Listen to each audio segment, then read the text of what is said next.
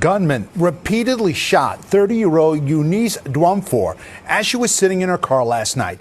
Police believe she was the target, but they're not revealing what may have been the motive. Dwumfour was a single mother who had just gotten married at the end of last year, and she was serving her first term on the Sayreville Borough Council. New Jersey reporter Anthony Johnson is live in Sayreville this afternoon with the very latest on the investigation. Anthony. Yeah, you talk about the search. Investigators have been out here this afternoon using search dogs, going at an area between two buildings where they believe the suspect ran after the shooting. They are looking for the gun at this point in time, also checking for any surveillance video to see who was talking to the victim before this tragic shooting occurred. Let's take a look at public safety. Councilwoman Dwumfour, please. Thank you, Mayor and Council. The councilwoman has been involved in local matters since serving on the Human Rights Committee before being elected to office last year. I'd like to take out this time to appreciate our police officers. The 30-year-old Republican councilwoman was also very active in her church. Neighbors of Eunice Dwumfour tell us she had one child and was a warm and pleasant neighbor. She's really kind-hearted. I couldn't even believe this happened to her. I was so shocked when I found out it was her, and it broke my heart because she's really kind. Several of the residents heard the gunfire around 7:22 last night. They say it was a series of shots. I heard the bang, bang, bang in succession twice. I mean, I can't tell you how many it was, but I heard boom, boom, boom, boom, boom, boom, boom, boom, boom, and I'm like, oh, shoot, that is a gunfire. The councilwoman's Nissan Murano was apparently in drive after the shooting because it rolled about 100 feet and crashed into two parked cars. The councilwoman was found slumped over after being shot multiple times. Like 5 or 7 gunshots. That's basically it. I think I was ready to peek out the window and I didn't. Then I just walked away. Police have been here investigating the scene and looking for clues.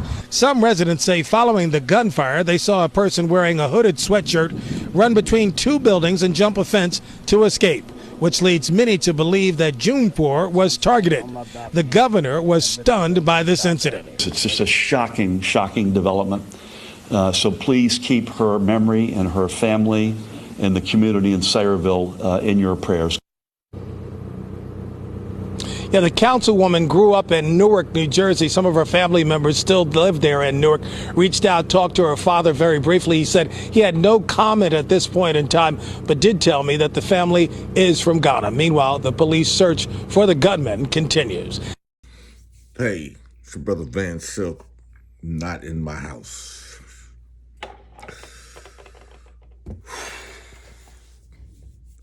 This is something I wanted to bring to everybody's attention that happened last Wednesday out in New Jersey. It seemed like black social media is not really paying any attention to it, but I'd like to say rest in peace to Councilwoman and Pastor Eunice Dwumfour. She was murdered last Wednesday, shot. She's a councilwoman and a pastor. Now, after you heard this report, the FBI has now got involved because she definitely was a target. Now, she was a Sayreville councilwoman, and I listened to her sermon as a pastor, and the FBI, as they're aware of the investigation and the death of the councilwoman, and they talk with local enforcement, you know, from Middlesex County prosecutor's office, and they're looking for information. She was 30 years old when she was found inside her Nissan, slumped over the wheel, which rolled about 100 feet, you know, after she was shot several times. As you can hear in the news report that I had up here prior to me coming on, I just want to know why. You know, why? And I don't, it's not about whether she was a Republican or nothing. Why? And to me, this seemed like a definite hate crime. Something to do with her being a councilwoman. Because they're saying she might have known the person. Hold on a second. They said she might have known the person. And, you know, most people always know their killers.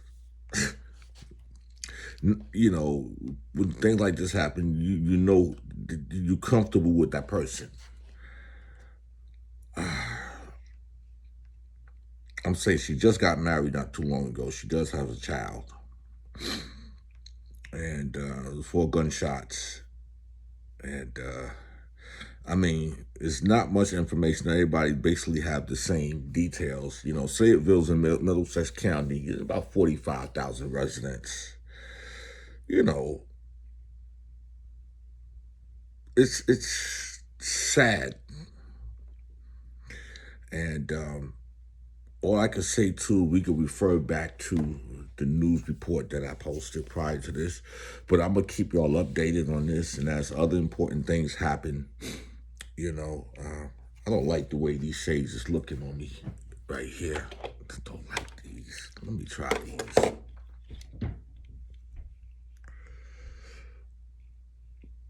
It's that bridge on the nose. These are fitting much better.